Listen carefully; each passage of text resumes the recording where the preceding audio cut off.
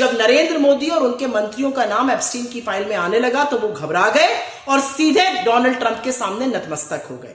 मोदी को यह भी डर था कि उनके मित्र गौतम अडानी के ऊपर अमेरिका में कानूनी शिकंजा वो कसता जा रहा था। अमेरिका के सुप्रीम कोर्ट ने डोनाल्ड ट्रंप के रेसिप्रोकल टैरिफ पर रोक लगा दी। इसके बाद डोनाल्ड ट्रंप ने ग्लोबल वैश्विक टैरिफ 10% का लगाया, मतलब अमेरिका में आने वाले हर सामान पर 10% टैरिफ लगेगा।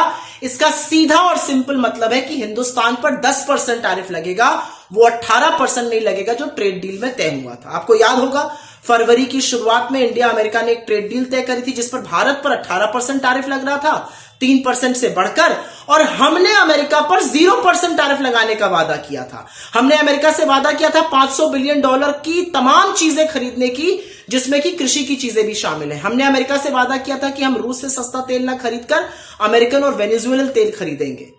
आपको याद होगा ये सब हमने फरवरी की शुरुआत में किया था, और सुप्रीम कोर्ट का जो फैसला अमेरिका में आया है उसके बाद हिंदुस्तान को सिर्फ 10% टैरिफ देना होगा। तो इससे बहुत सारे सवाल खड़े होते हैं। पहला सवाल, ऐसी क्या जल्दी थी कि नरेंद्र मोदी जी ने बिना सुप्रीम कोर्ट के ऑर्डर का वेट किए जल्दबाजी में यह डील साइन करी? महीनों से यह डील पड़ी हुई थी। 30 मिनट की कॉल पर इतना आत्मसमर्पण करके इसको साइन करने की क्या जरूरत थी? हमने अमेरिका की चीजों पर 0% टैरिफ लगाना क्यों माना? हमने क्यों यह वादा किया कि हम $500 बिलियन का सामान अमेरिका से खरीदेंगे, जिससे कि हमारा ट्रेड सरप्लस, हमारा ट्रेड डेफिसिट बढ़ जाएगा, हमारे उद्योग तबाह हो जाएंगे? हमने क्यों यह माना कि हम रूस से सस्ता तेल ना खरीद के अमेरिका से खरीदेंगे, अपनी एनर्जी सिक्योरिटी को कॉम्प्रोमाइज किया? हमने क्यों अपना पूरा का पूरा डेटा थाली में लगाकर अमेरिका को सौंपने का वादा किया? इन सब सवालों का, और हम एक बात और सवाल है कि हम 3% से जो टैरिफ 18% पे बढ़ा था, 6 गुना, उसकी खुशी मना रहे थे। क्या मूर्खता कर रहे थे हम? इन सब सवालों का एक ही जवाब है, और वो जवाब है इस देश का कॉम्प्रोमाइज्ड प्रधानमंत्री।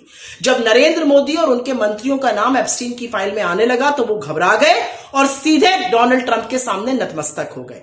मोदी को यह भी डर था कि उनके मित्र गौतम अडानी के ऊपर अमेरिका में कानूनी शिकंजा वो कसता जा रहा था।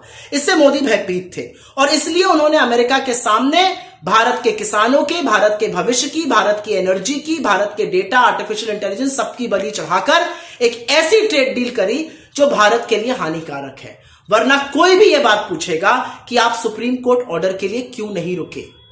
आपने इतना कुछ गवा दिया ट्रेड डील में अमेरिका के हवाले से, यह आपने क्यों किया? आपने देश की साख और देश की इज्जत के साथ साथ देश के भविष्य का समझौता क्यों किया? देश को दांव पर क्यों लगाया?